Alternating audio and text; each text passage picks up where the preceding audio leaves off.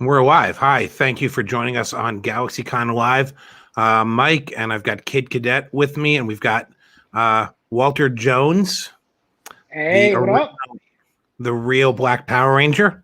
And we are waiting, the OG, and we're waiting on Austin St. John, who should be with us shortly. I think he just had to go fight Rita Repulsa or something real quick. I think he got a call from Zordon. Yeah.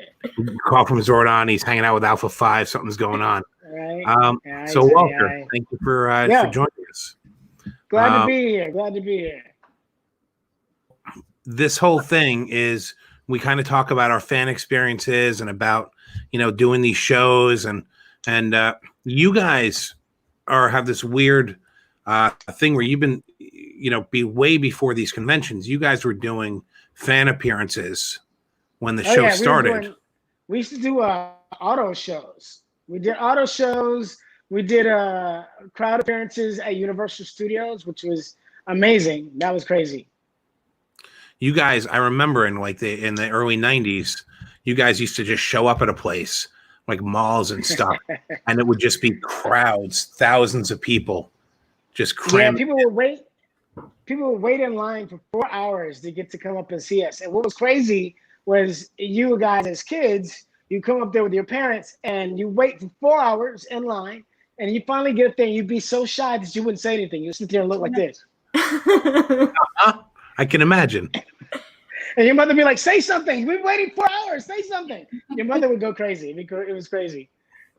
It was a lot of little 8, 10, 12 kind of year old kids, right?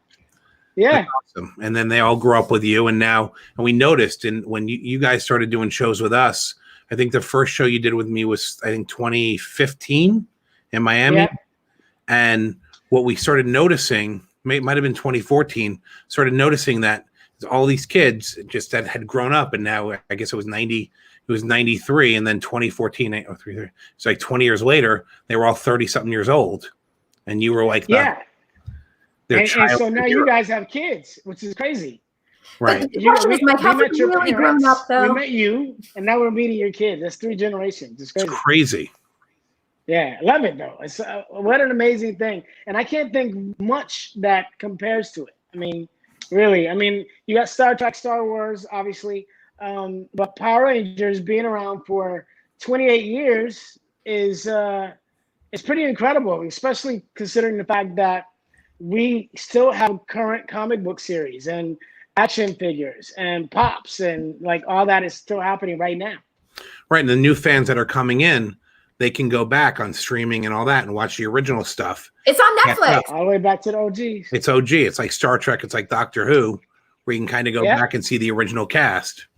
And so you get a whole new. So I see it at the shows where you guys have 8-year-old kids, 10-year-old kids showing up, and they get excited. Although you look a little bit older than you did, you got a little bit more facial hair now. A little bit, I just got to save it down a little bit. I'll let it grow out right now. Right now, everybody's quarantined at home, so I've not been to my barber in a couple of weeks, and that's been the my wife posted a meme of Pepe from the Muppets with his hair, and she's like, did anybody get a haircut before this thing started? If I don't put this thing down, it's crazy. It's like in the morning, I got the crazy intro going. Yeah, well, that happens. So let me ask both of you, since obviously, we're here. Hey, what's up? Let's see. I see. Got a message. Hello, Walter from Australia. Hey, good day, mates. You all right? There's people in the chat from all over the world. We have people in here from Mexico, everywhere. Thank you, guys. But since now we're on quarantine and the original Power Rangers is on Netflix, Walter, have you gone back to restart the series and watch it from the beginning? I'm sorry, I can't hear you. Oh no! Can you hear me, Walter? I can hear you, but I can't hear her. Heather wanted to know. What did you say, Heather? If he's had the opportunity to go back and watch it now that it's on Netflix. Have you? She wants to know if you've put yourself through the pain and misery of watching your old work on Netflix. No, I know you didn't say that, but actors always hate watching their stuff. It's you know, you look at something. I don't know. Do you watch the old stuff ever? No, hardly ever. I mean, the thing is it's been so long. I never actually watched all the episodes. I tried to watch them, but we had them recorded on VHS, and who knew if somebody recorded over your episode because they were catching the NBA game or whatever. So I didn't get to see all the episodes. I'm sure I could watch them now, but you know, I see a lot of remixes done by the fans on YouTube and so forth, and people send me stuff, and that's cool. I think my favorite part about it is the martial arts. I think Heather, when I look back and I watch videos of stuff from me, you know, 25 years ago, I cringe. You know, Really? these guys have hundreds of hours of their lives on camera. Like I'm talking like I got maybe an hour or so of footage. These guys have hundreds of hours of just them growing up, you know. Yeah, it's crazy. But the kicking ass stuff, the martial arts stuff's awesome. That was a lot of fun. That was the funnest part for me because I got to, you know, just continue to create and do things I wouldn't think that I would do, you know. So it was awesome. So what was your background with the martial arts, getting into it? I have a black belt in Hapkido, a brown belt in Ishinryu. And when I was on the show, I was studying with all the different stuntmen. So I was learning all different kinds of forms, everything from Thai boxing to capoeira to kung fu. Like I learned a lot of different things from a lot of different people. So I got a lot of training that wasn't towards a belt or a degree, but I got a lot of stuff that worked out. So it was cool. Hang on. Sandy? Yeah. Let me give you this. Okay. I have to give Sandy, the producer, she's trying to help Austin. Okay. Austin's having technical difficulties. I see. So, Christopher wants to know, what was your funniest scene in the Power Rangers? My funniest scene in the Power Rangers, let me think. Well, funny. You know what? I thought one of the funny scenes that I did was when I took Angela to the movie theater, and I got called by Zordon to go out and handle the mission. And I came back, and I mean, just as we began cuddled up, you know, like it was right the perfect moment. I've been trying to get this girl forever. I finally come back from my mission, and she's mad at me. She dumps popcorn on my head, and I just kind of like was like, oh well, and I just ate the popcorn and finished watching the movie. I thought that was a very funny moment, you know. It's the classic Spider-Man. The classic Spider-Man Peter Parker thing where you got to go save the world, and the girl doesn't know.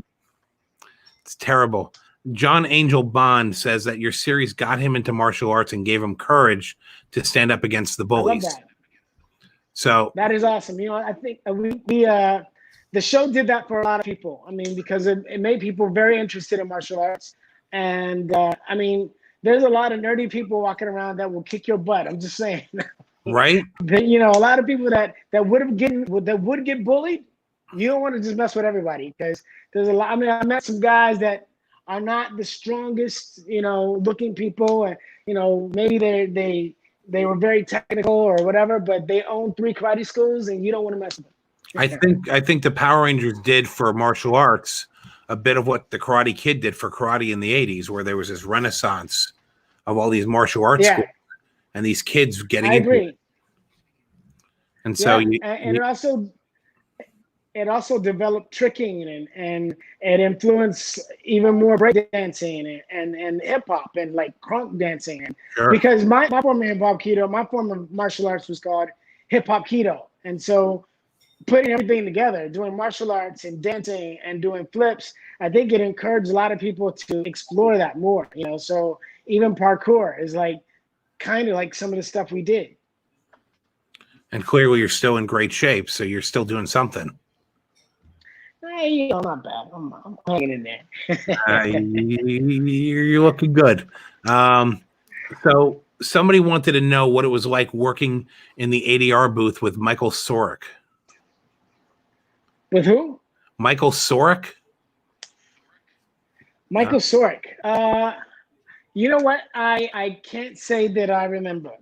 This is why. Because we would shoot all day, every day, and then we come in for ADR on Saturdays. So on Saturday, they would have my scheduled time. I might come in and I might do my thing for 15, 20 minutes and then walk away. And somebody could be walking in, but I didn't often stay in the booth with someone else. So if we worked together, we might have worked together, but not at the same time. For minutes. You know what I mean? For minutes. Yeah. And we have somebody here from Greece saying hi. Hey, what's up, Greece? Hope you guys are good. Opa. How'd you get back into the like conventions? So when did you start doing these types of Comic-Cons? Well, I got a call from a friend. It was like, hey, we're doing a Comic-Con. Do you want to go? It was in LA. And I was like, yeah, all right, cool. And I came in and I started doing I did it. And then did another one, and then I got manager. And from there on, I've just been doing them ever since, which is amazing. It's funny because I started doing auto shows back at the peak of Power Rangers, and that's when it was really crazy. Doing appearances at malls, we did appearances at amusement parks. I even did a football game. So like, but that was different because I wasn't signing autographs at a table. But now what pop culture has turned into, the fact that there's Comic-Cons everywhere is pretty amazing, especially since we have fans in 40 countries. And I think the most amazing thing is to go and say hello to people and meet them in person, to people that would never ever think they would meet us at all. You know, like if you're in I just came back from Mexico City, and I bet people in Mexico City never thought they would actually meet me. But then for me to show up and to be able to interact with them, it was pretty amazing. Well, it is pretty amazing that, you know, you grow up watching this thing, and you know, it's on like that with Star Trek, right? So I'm a little bit older than all you guys. So I never thought that I'd be, you know, meeting, you know, William Shatner and hanging out with, you know, William Shatner. I mean, that's insane to me. And so you guys are like, you know, the William Shatner and Leonard Nimoy of a certain generation. And I've seen these people, you know, grown adults who their whole lives have been fans, collected the toys, watched the shows, grew up with you. And then they're like, now they have this opportunity to meet you guys. And you're all you and Austin and a bunch of the guys are really, you know, they're down to earth and cool and we're good people. Yeah. Right. And it's like go ahead. No, and it's great that you guys are personable with the fans, because it's an even bigger thing that they get to meet you, and then they're like, oh wow, this guy's, you know, chill and he's cool and genuine. He's genuine. He's like a real person. Yeah. It's interesting because I was doing a Comic-Con in Australia, and I was sitting next to some of the guys from the Brady Bunch, from Cindy Brady and Bobby Brady, right?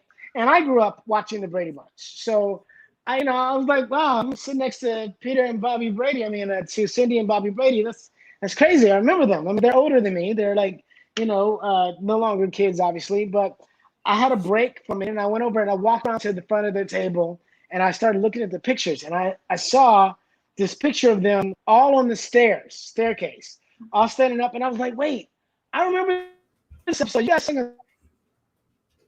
I start humming, and they both broke into song. Everybody singing Sunshine Day. I was like, oh my God.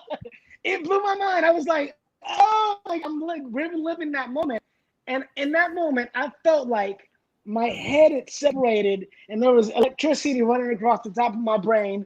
And I was like, wow, so this is what people feel when they see me, and they're like, it blows their mind. They're like, oh my God. And I'm like, now I get it. And that's what an amazing thing to be able to give someone, you know, that feeling of that emotional release of like happiness. I love that. That's so cool. Well, that's what we say. We like to say we're in the happiness business. You know, that's our job, is to make people happy. And I mean, did you ever think in your life that you'd be hanging out with the cast of the Brady Bunch singing along the song? Right, exactly. That was not something I ever thought I would do, but here we are. Is there anyone else that you've met that you're like, oh my God, I can't believe I'm meeting this person? At one of these things? Yeah, there's been several people. Yeah, no, there's been a lot of people. I was also doing a Comic-Con, and I was standing right next to Henry Winkler. And Henry's awesome. Henry, I grew up with Happy Days, the Fonz. He was the coolest guy around ever, right? And I do this thing at the Comic-Cons where I have my morphers there, and I have two, so we can both take pictures with it. We can hold it for a photo op, and I'll go on three, we'll say it's morphin' time, we go, it's morphin' time, right? So we do this. I've been doing this all day. And Henry Winkler turns around and goes, hey, I'm just curious, what is it that you say when you say that thing you say? I go, oh, I'm saying it's morphin' time. When we were superheroes, we would go from teenagers and we would morph into our superhero selves. And he was like, oh, okay. Now I understand. I was like, yeah. And so somebody else came up and I was like, here we go. On three, we're going to say it. Ready? 1, 2, 3. And Henry Winkler turned around and went, it's morphin' time. I went, oh! That's awesome. I thought that was so cool. I was like, yes. That was bomb. Henry Winkler just said it's morphin' time. I've had Henry in a bunch of our shows, and like growing up, I had the Henry Winkler doll, the Mego doll, right? Like I used to watch him. I loved him, and he's just the nicest, coolest guy. And I never thought that I would ever be hanging out with Henry Winkler, and with the fans. That guy you were next to him, you see it. He just stands there for hours, just standing up. He stands up the whole time in front of his table, which is incredible. It's amazing. The nicest guy and an amazing director. I mean, like his body of work is amazing. Yeah, and I don't have that kind of stamina. You just stand there for 8 hours and give to everybody so much, and he's just so genuine. And he's the last one out of the building. He's amazing. Heather. Yes. Can Walter hear me? Can you hear me, Walter? I can hear you now. Hi, Heather. Oh my gosh. Okay. So you mentioned your morphers. I wanted to know, were they from when you were filming, or how did you acquire said morphers? Okay. So we had our 20th anniversary morphers, and they were made of die-cast metal, so much better than what we had on the show. On the show, they were like little plastic morphers because think about it. When we're fighting and we're doing all this stuff, we can't have anything heavy on our belt because we're jumping and kicking and doing flips and all that. If it flies off and hits somebody, it's gonna hurt somebody. So it was plastic and kind of rinky dink on the show. But these die-cast morphers are amazing, and they're mechanical. You push the button, and it makes the dee dee dee dee dee. It plays the whole song, right? That's so cool. And it's very cool, and the coins are interchangeable. So anyway, I purchased these for myself, and I use them at Comic-Con. Did you end up taking anything from your time on the set?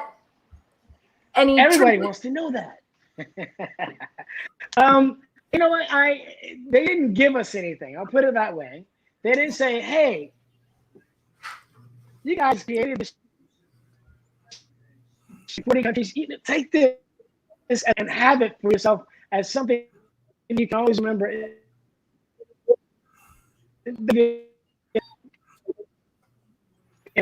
Walter, you're breaking up there. Did not take it. Yo, Austin St. John's in Austin. The man, the myth, the legend. Here he is. What's up, brother? What's up, man? How are you guys doing? Austin, how are you, sir? I'm good. I apologize.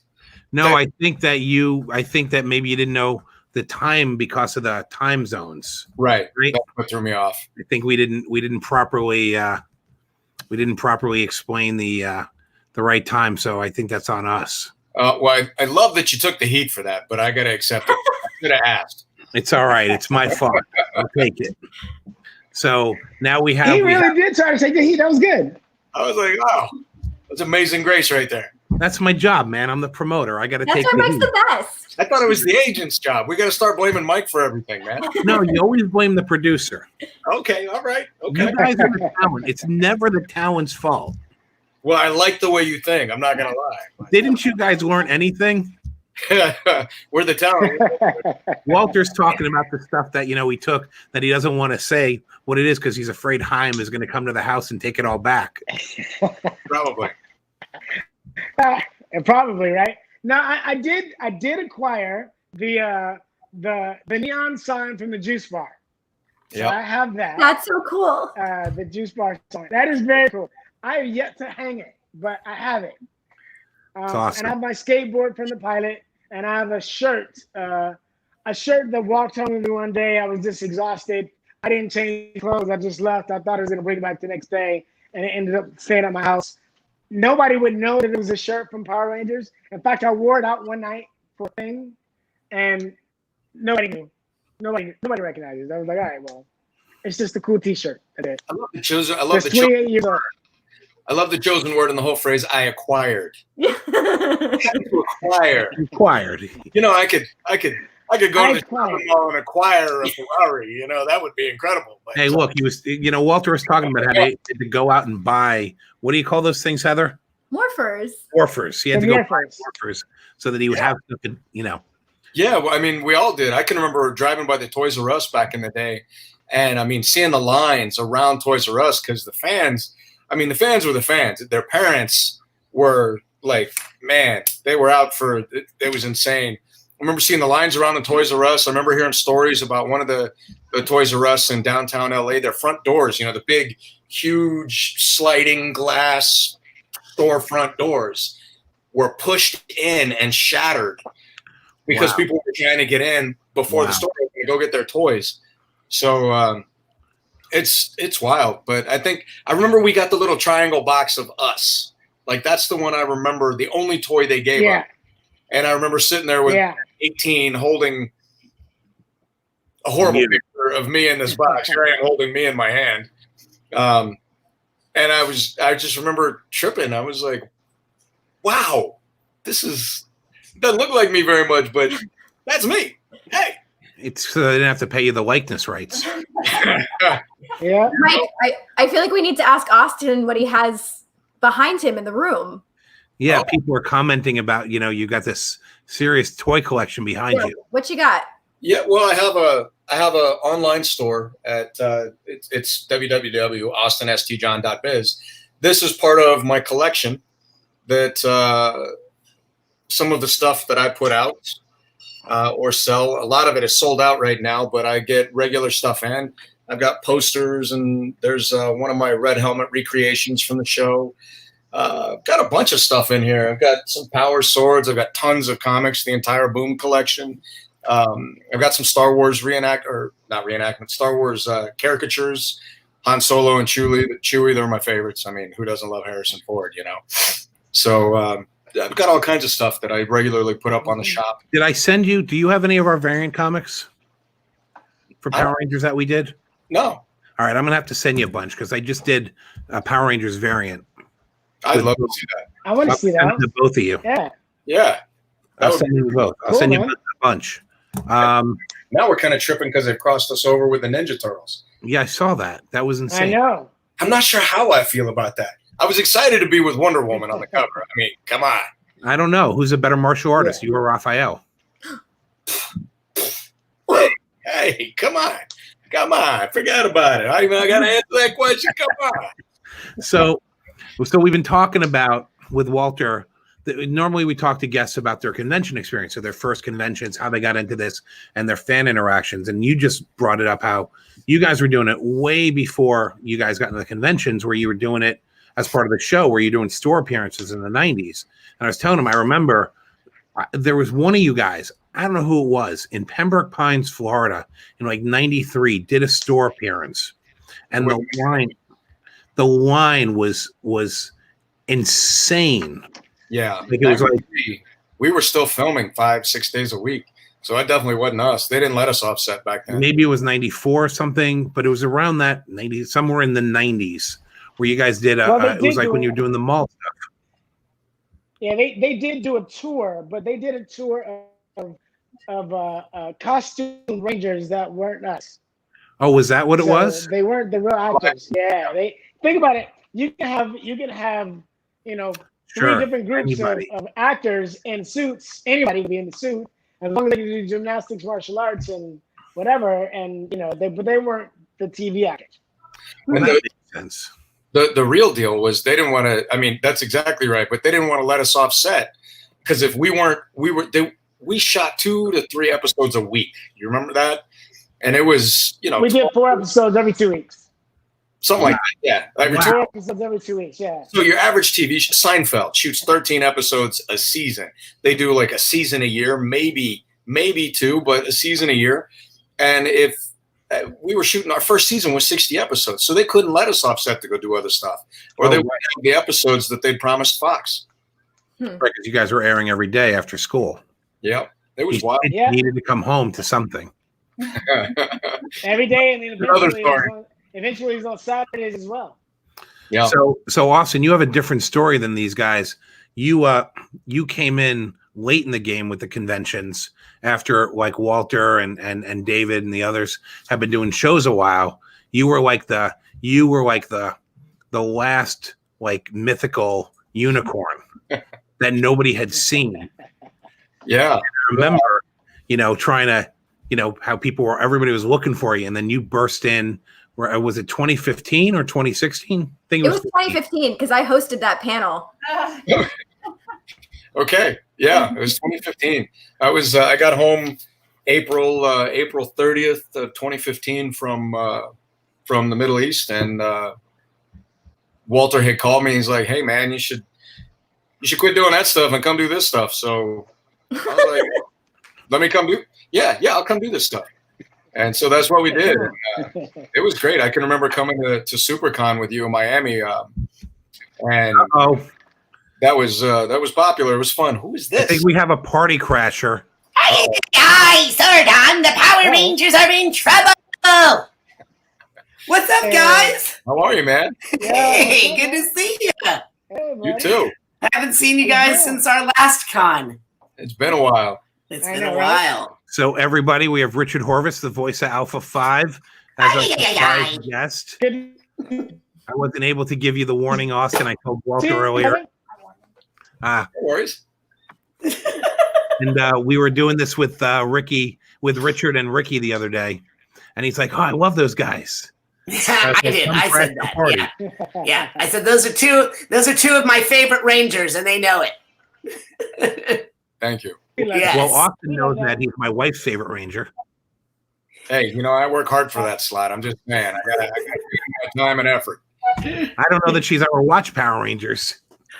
That's okay. A single episode. Hi. Hi. How is everybody? We got to fix that. Yeah, you got to watch it. That's going to happen. I babysat a lot of kids who acted like they were Power Rangers back in the 90s, and that was no fun for me. So did we. Yeah. That I understand Harvard would be accepting a new course and training it as a form of higher education for PhD in the world of entertainment, and I do believe it's going to be in the form of Power Ranger education. Yeah. It's true. That's not true. Is it true? It is. No, it's not true. But Well, there are people 10 minutes on the internet, it's going to be going viral. No, but That's right. That part is true. Austin, we know people that teach like classes on comic books at like real universities. Why not Power Rangers? So why not Power Rangers? See? Why not? Yeah. I know a lot of kids that got suspended for playing Power Rangers on the playground. I can think of one day I was asked not to come back to work because I got in trouble. So, So we were talking about Austin's coming into the convention scene in 2015. I think I was around then. Yeah. And Richard, you'd been doing them for a number of years. Walter had been doing them, and Walter called the boss and said, "Hey, buddy, get to work." And we've been running you ragged ever since. yeah. That is true. I think this is your first break in 5 years. I got to tell you, I mean, I'm not really down with the circumstances, but, it's better to keep everybody safe, and, we'll get back to it when we can get to it. Let's do it the right way. Has your Right. wife seen this much of you in the last 5 years than she has in the last month? No, and I'm pretty sure I may not survive another week. So I actually, today, I started a training regiment with my 9-year-old, and we're out doing full-on hour workouts. We're on a strict diet regiment, and between that and homeschooling, I can kind of, go, and I'll just look at her and be like, I'm going to go anywhere right now because I'm needed. I'll be back later so you don't kill me with the kitchen knife, so we'll see. Is your 9-year-old a Power Rangers fan? He was big. I mean, he still is, but now he's hardcore into Marvel and DC.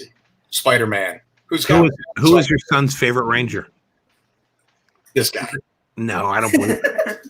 This guy. It was Walter, wasn't it? It's Walter, isn't it?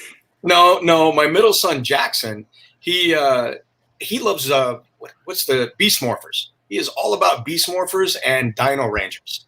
He loves those series. And then my daughter, of course, is an Amy Jo and Cat fan. That makes sense. An interesting thing is that people always ask me how much I liked working with the Rangers. But the funny thing is back when we were doing the show, we rarely even saw each other unless it was in passing when we were doing ADR. We came in to do our things. I've spent more time with the Rangers than I ever did in the actual recording of the show and shooting of the show. I spent more time with them at conventions than I ever spent when we were in Valencia. Well, that's what Walter was telling us earlier, was that you guys were doing ADR on Saturdays. Yeah, and that Walter was doing it, you guys were doing it for a few hours, so you might have crossed paths, every once in a while. Yeah. And you started doing conventions, and these guys are like, who's this guy? Yes. This weird freaking guy. Richard, I got a question for you. Yes. Well, confirm if you remember this. It was maybe towards the end of the first season. I remember going into ADR. We were upstairs and we're in a hot box, and I can remember all the guys, sitting outside the glass. So for those of you who don't know ADR, it's this big room, heavy glass. It's the thing you always see singers singing in the mic, and they're in that room alone. Very similar to an ADR box. If it's not identical, I don't say. Anyway, all the guys are sitting on the other side of the glass, and they're kind of chuckling and laughing, and they're like, and they hit the button, and you hear it come on inside, and they're like, "Hey, Austin, you want to hear something funny?" And I'm like, I feel the warning bells going off here, but I'm like, yeah, okay, sure. And so they put it on, and they had, of course, recorded everything all of us had said, along with all of the bad guys and the monsters who had done other voices, and they'd taken moments of frustration or things that were meant to be comedy between us when there's a microphone in front of you, and they put it together over a year into this very lewd.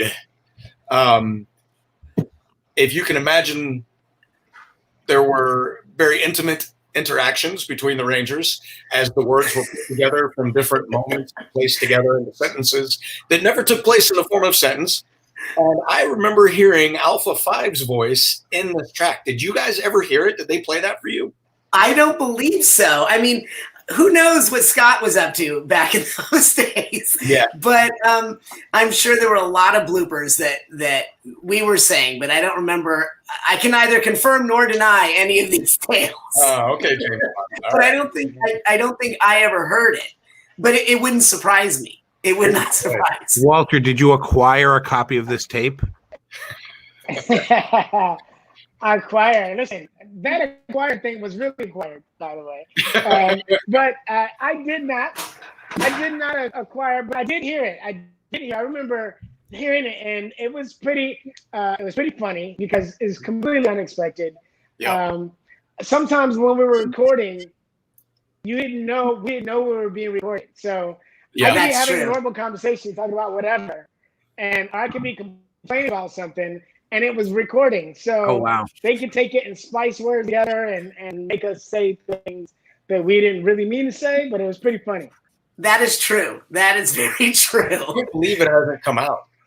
It's probably because they know that Heim would assassinate them, but Oh my gosh! Yeah, remember when we were at the affiliates meeting when we first were launching with all the affiliates, and I was in the back doing the "Ladies and gentlemen, welcome the Power Rangers," and they all come out, and then then I don't remember who it was, I'll remain nameless, got up at the mic and said, "If you love us, pay us what we're worth." And it was like, "Oh no. Aye. Well, I can't imagine who would have had those colonists. And I was like, "Quickly, Alpha, say something." Aye, Rangers. Yeah, my give a damn was busted back in that day. I was like, what a jerk. But he's like, aye. There's trouble in Angel Grove.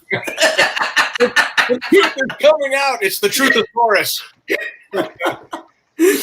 You know, the funniest thing is, I've told this story many times, but the way I got involved in the show was a friend of mine was doing the offline edit of the pilot. And I kid you not, it was like 9 o'clock at night. And he said, hey, there's this guy in my offline bay, and we're editing this show together. He bought it from Japan. He goes, I don't think it's going anywhere. It's horrible, but will you come in and do a temp track for a robot? And they'll pay you like $50. And I'm like, sure, why not? So at 9 o'clock at night, I go in there, and it was before we had come up with it was just the only lines in the pilot. I remember Alpha was like, Zordon, the Power Rangers are in trouble. Or there's trouble in Angel Grove, was just the standard lines. And I did the, the Power Rangers are in trouble.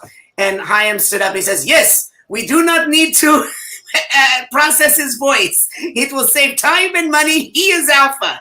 And that is how I became Alpha. That's so cool. That is how Was that your first Yeah, voice that's work? Was that Mike? Was that your first voice work?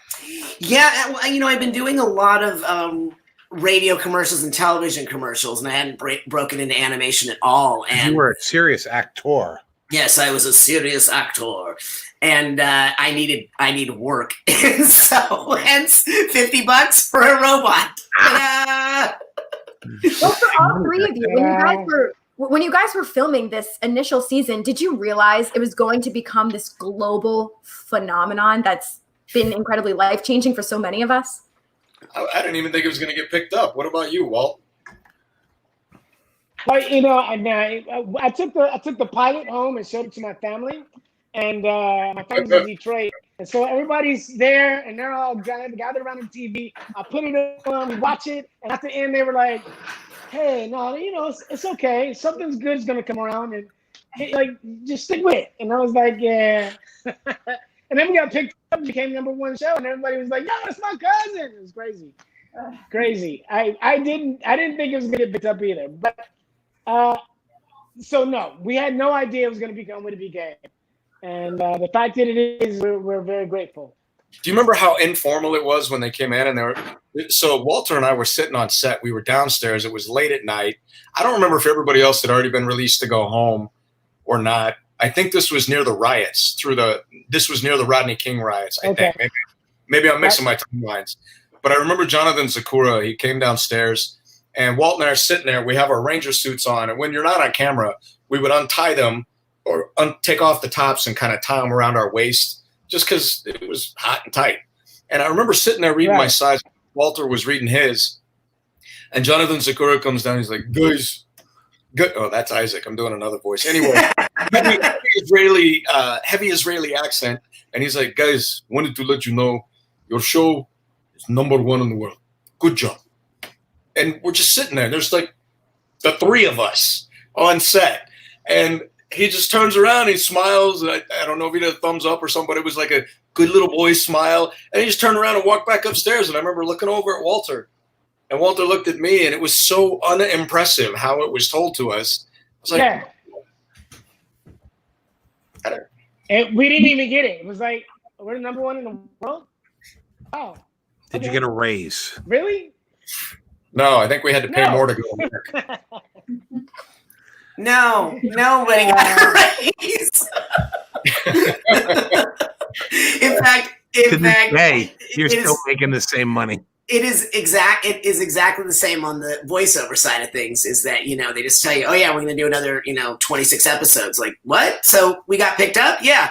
How's the show doing? Yeah, it's #1. Okay. Yeah, same thing. You've got more work for free now. Make sure to show up. One of the things I remember is, as Austin and Walter can attest, there were 2 alphas, and both of them were women. And so one day we were doing the ADR, and one of the producers says, "Look at Alpha. It's clearly a woman because you can see her hips, and when she walks, she scoots, and you can see it."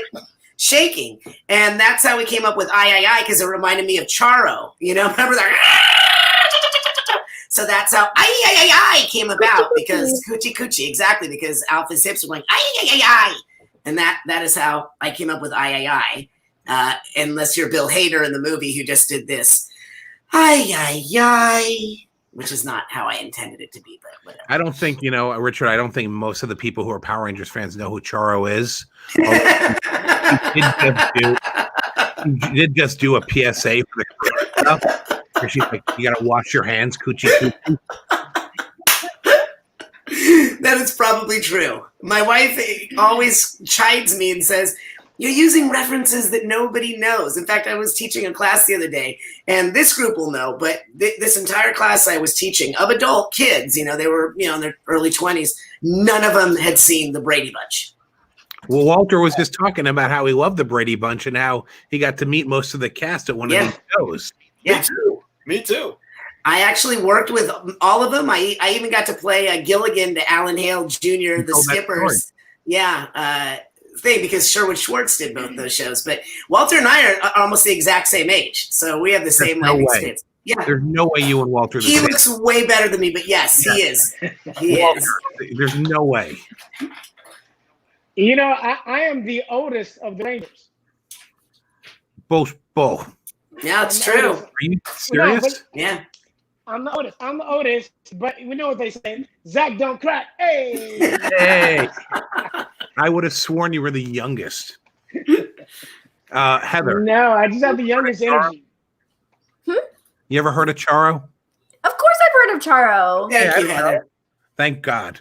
Yeah. I like her guitar, and I feel like this is going to be a whole new resurgence of Charo after this. Yeah. People are going to, download her on iTunes.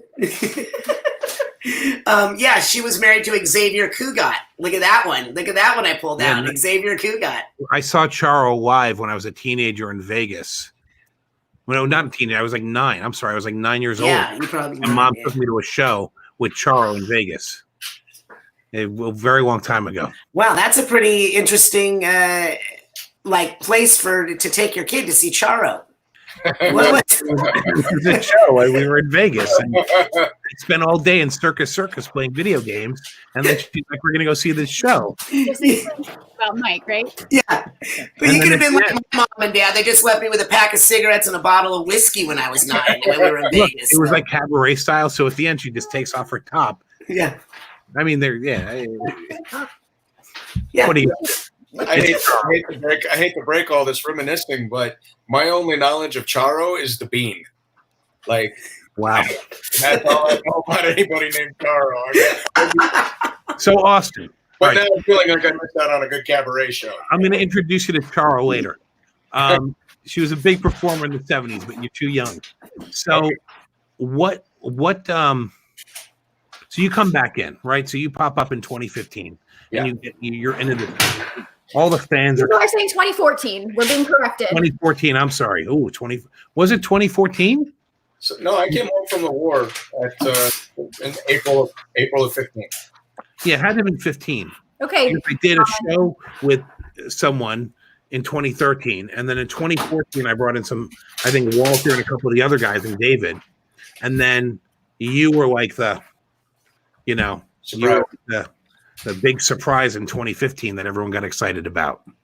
And then after, everyone come back. So we're talking about how, you guys, you show up and like, what was it like meeting all these fans who came out of, talking about stuff you had done, 20 years prior, while you'd been off in, the Middle East for 10 years and you were in a bubble, right? It was kind of a shock. I remember when I was in Kuwait when Walter called me and told me about this whole Comic-Con thing, and I thought he was cracking a Boy George joke. I'm like, Comic-Con, what? What are you talking about, man? And he could hear what was going on, and it was kind of one of those things where I put 16 years into fire and EMS, into military medicine, and what he was throwing my way was a whole nother career change. And I've never been afraid of that. I've done it a million times. I've been a bartender, wait tables, fire department, EMS. Tomorrow I might be doing my own cabaret show. I mean, you never know. But nobody, I don't know. I think Walter can make more. Probably. Well, he doesn't crack. I can't help that. But I think when he told me over the phone, he's like, "You're not going to believe it. Our fans grew up." And I was like, "What? No, come on, stop. No, they didn't. Nah, really?" And he's like, "Yeah, dude." And they still they love the show. They love us. They have those memories. And he's like, "You should come back and check it out." And I did. And I can remember walking into Miami and seeing SuperCon. And I mean, it was. I remember the panel, the stage where Kid was there, and I can remember just the warmth and the love and the anticipation, the expectation, and it wasn't far off of like what I remember being at Universal in the live studio. I mean, it was kind of overwhelming for me the first couple of big shows I did, just taking it in and seeing that these grown adults instantly, and you can see, I know Walter, I know Rich, when you see them smile and their eyes light up and you can see they instantly revert to age 5. And then they walk up with their little kid and their mom. So you've got 5 to 50 and I'm not sure who I'm supposed to be talking to. Yeah. So it's pretty incredible. I couldn't be any more blessed. I know these guys feel the same for. Yeah, I'm always touched because those men that are now, grown men and women that are in their 30s, 40s, right. They're kids. You might think, oh, they're into the new Rangers, but no, they're like diehard Mighty Morphin fans, and that is always really that means a lot. That's really touching. And it's fun to talk to. I always kind of address it to the littler kids, even though the dads and the moms are the ones that are like, I always like talk to the little kids like, Sorek, they're Power Rangers, I'm in trouble. And they're like, you're not Alpha. I guess I am. Well, another thing about these conventions is people come and you can dress up and be whoever you want to be. And I always see so many incredible Power Rangers costumes. So what is that like for you guys to see people, emulating your characters and wanting to be Power Rangers? It's pretty incredible. I'm sorry, repeat that question. What is it like for you, Walter, to see people dressing up as your character from Power Rangers? It's amazing. I mean, like, just to see that people admire us enough to have gone out and put effort into getting the costume and to want to have that desire to be like us. It's the biggest compliment you can get, really. It's like, to think that you made an impression that has lasted that long is pretty amazing. Emulation is a hell of a compliment. I mean, in any form, and that's where we are. And I tell you what, absolutely, Mike, your show is what blew me away. MegaCon, Supernova, MegaCon, I got all kinds. That all blurs together. Con. Well, now we're GalaxyCon. That's what I'm doing. What is it? GalaxyCon, July 30th, August 2nd. Yeah. And GalaxyCon Minneapolis, 6th through the 8th. Walt, you're doing those with me, right? Yeah. You're gonna be there, Rich? We're gonna be there. Yeah, dude, I look forward to it. You gotta come down and check us out. So Walter, what was it like back a couple of years ago when Austin shows up, doesn't know how to wipe his, you know what, and you got to handhold him through all these things and babysit him and teach him how to be an adult? I had to teach him how to be an adult when he was a kid. He was already adult when he got back. That's true. But when he came back, really, honestly, when he came back, more than anything else, I was so proud of him for actually going out and being a real superhero. I mean, the fact that he was out there saving people's lives and helping people and fighting for things, for fighting for us in the Middle East. I was like, bro, being a Power Ranger is one thing, but you went out and you did it for real, and I'm so proud of you, and I'm still very proud of him. Austin knows I knew this guy whose brother served with Austin. Tell me, oh, my brother's in the Middle East with the original Red Power Ranger. And I'd be like, shut the hell up. You're full of crap, right? He goes, no. I swear to God, my brother's working with this guy. And I'm like, stop it. And it was true. He was. Yeah. I did my best to change my appearance while I was over there. So I didn't want to be a distraction. There were times where I shaved my head, times where I had a big beard, times where, I let it go long. And, it kind of became like Where's Waldo or finding a Pokemon on that game. Because I could see people they'd see me after I go by, but I'm already gone, and I just kind of look over, and they're like, was that? No, because everybody knew I was in theater. They just didn't know, in theater meaning area of operations. They just didn't know where. So it was kind of cool. We have a lot of people in the comments thanking you for your service, and just once again, thank you so much for your service. My pleasure. Yes. And this person saying that they served as well in the Marines and they watched Power Rangers in Afghanistan. Once again, that just shows like how globally recognized the show is. Well, hey man. Yep. Bye, Devil Dog. Yeah, we have people watching from Greece here. Some guy from Greece popped in earlier. I mean, you guys have fans all over the world. Awesome. 40 countries and 90 languages is our fan base. Right. You guys. Richard, not so much. Crazy. Richard has fans in like 3 If countries. it weren't for Alpha, they never have made it to the command center. So don't knock Alpha. They just be 6 troubled kids in a malt shop all day. Right. So, Hey, so back when you guys started, so I didn't Walter, think you were the Alpha had oldest of the group. yes. How old were you? You asking me? I was younger. Oh. Yeah. Okay. And so Richard, you were older than these guys, right? No, Walter and I are literally the exact same age. Walter and I have had this conversation before because Walter, I'll say, well, you don't remember that. And Walter goes, yeah, I do. I'm older than you think I am. I said, no, you're not. I'm older than you. And Walter said, no, you're not. And he said, how old are you? We wrote it down. And I said, oh my God, we're the same exact age. Yeah. Okay. And I'm under a severe non-disclosure, so I'm not. You're trying to get our age. I'm not going to tell you. And anything on the internet is a lie, just so you know. Sandy, I think Mike needs a drink. Hey, Heather, what is that toy behind you? Oh, are you talking about this toy? It's Who's not that hand? signed though. I need to get it signed. Okay, all right. So my best friend got me this for Christmas. And it's because the first panel I ever hosted was for Austin St. John. So to me, this is so meaningful, and getting to be here, chatting with all of you is just like a full circle moment for me. Hear that, Austin? You were her first. Oh, I love it. I'm glad it happened for someone. I'm just saying. You were her. You were her convention hosting, portfolio. I like. And There it is. Robert wants to free Joe Exotic. I'm sorry. No. So when she helps you on the next show, she's gonna have Joe Exotic back there on the shelf and say the same thing to him, right? Oh, totally, yeah. Okay. Right? You should see your husband do Joe Exotic. Oh God, That's a whole nother thing. that's a whole nother episode. All right. Okay. We'll Right, send you some exactly. videos later. Oh God. So, all right. So, how are you guys holding up, Austin? How you holding up during all this, Walter? It's. I'm doing well. I'm Go ahead, bro. great.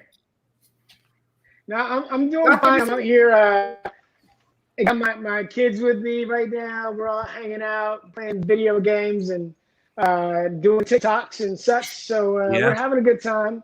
We're What enjoying each video other's games? company as much as we can. What's that? What video games you guys playing? Oh, we got the virtual reality games. So we got Boom Saber. What is it? Lightsaber. What is it called? Honor? Beat Saber. And You got various other games. I can't even tell the names. But we keep busy, and the kids still have homework to do from school, so that's cool. Don't let them slack. Don't What? Don't let them slack on the homework. No. That's gonna be taken care of automatically for sure. What about you, Austin? How you holding up? Yeah, it's the same. My wife and I, we've got 3 babies at home. They're always babies to me, but they're 9, 7, and 5 now. We just had 2 birthdays. And, we went from I've never homeschooled to my wife and I are homeschooling 3 kids. And, we're dealing with the insanity of people out there with this election virus that's going around. And I think it's wild. The kids are doing great. We, I'm handling PE now. So at the garage, You know what? If there was going to be anyone teaching PE, I think that you and Walter could do that. You guys could handle that. We're qualified for sure. Yes. Richard, do you know martial arts? No, what's he in? Is that like Gunsmoke, martial arts? It's like there's another reference, Gunsmoke. It's like the rifleman. Richard, it's like the rifleman. Oh yes, actually, I did. Believe it or not, I did study kung fu with the late David Carradine, and that is true. Did you really? Yes, That's I really cool. did. I really did. That was Very cool. He was. I did a TV show with him back in the '80s, and we became friends. And he said, "Listen, I have a kung fu master that comes to the house every Saturday. You're welcome to join me." And so I did. We started going up to his house, and he had this big property that had this outdoor thing. And we just started, I learned some stuff, but I never had to use it because, I'm a very big guy, so people don't even try. Right. That's Nobody's going to mess with you. No. Especially when they find out I'm the same age as Walter. Or that you were Alpha 5. Or that I'm Alpha 5. No, it's not that he was. It's that he can call on the Power Rangers to save his ass. Well, that's true. I could call on them, couldn't I? Except I don't have my It's morphin' time. It could happen. So, Austin, are you doing the Power Ranger thing coming up? Actually, I was just in. Am I doing what? No, Austin, I think you were just in what, Austin? I was just in New Zealand last April. Just last April. I was there filming. I can't say for how long or how much, but I was filming Beast Morphers for my first return in 18 years to the show. And they've been gracious enough. They've offered me many chances to come back. And I've always been pretty particular. But Chip Lynn, who was the executive producer, he's now gone, called me up. And he was the guy who started on the show when we did. And he was the one who got me on the phone and was like, hey, I'm leaving. There's a couple guys here that you worked with back in day one. Would you consider coming out and doing this? And he got me going. I wish I'd had more time physically to prepare for it, but I cut a bunch of weight for it and still needed to cut some more. But I went out and I filmed, and I had a great time doing it. And it was a great experience. And New Zealand is beautiful. It's beautiful. I got to go and see, I think it's called, don't kill me if you're from New Zealand and I slaughter this. I think it was Puha Beach. And it's a one-of-a-kind beach. It was beautiful. And people have been pounding me everywhere I go, were you in it? Who else is in it with you? And I can't say. I'm under non-disclosure. So Hasbro flew me out to San Diego Comic-Con.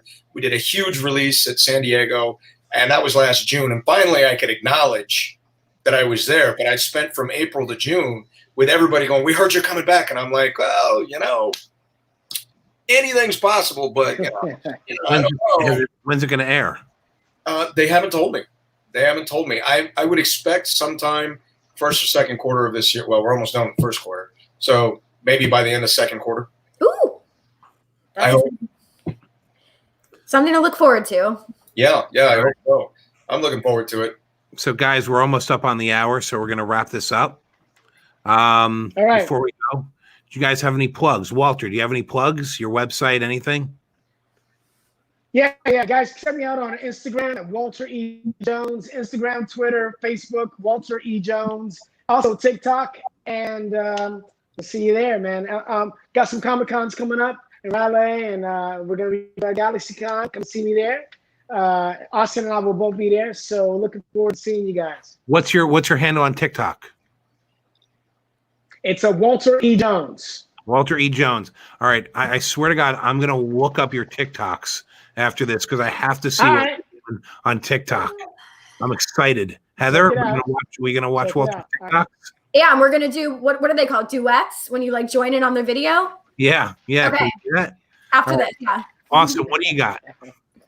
So all of my social media you can find at the top or bottom of my website. It's just www.austinstjohn.biz. And I also am releasing on Nintendo next quarter the world's only 3D martial arts arena fighting video game. I've been working on it for 3 years. Wow. It's called Black Salt Corruption. And you'll find it on Nintendo. Later this year will be out on Xbox and PlayStation. And right now you can find it on Steam at a pretty good discount. And I have a character in the game. 3 movies will follow. Check it out. So what do you do in the what's the video game? So it's a 3D arena. You know, Street Fighter and all those guys, they're 2D, always side to side. Right. Full arena. And Owen Ratliff, who owned one of the biggest rap labels in the Midwest, 13 years ago started a graphic novel. The graphic novel had a character named Sam, who's like the first black MI6 James Bond, bad, you know what. I mean, the guy is just wicked, like with a superhero persona, and he's just a great martial artist in the world of Kung Fu. So Walter, yeah. Except not as cool. And so he ends up getting all this training and fighting a bunch of bad guys. That turned into a short movie that had 2 million downloads. You can find that, I think, on HBO Go. And then he started on the video game 3 years ago. I joined in as an executive producer. That's coming out. I have a character in the game, and then we have films coming up once the game has been released and we've recovered our investment. Awesome. All right. And then also you have your store on the AustinSt.biz website. Yes.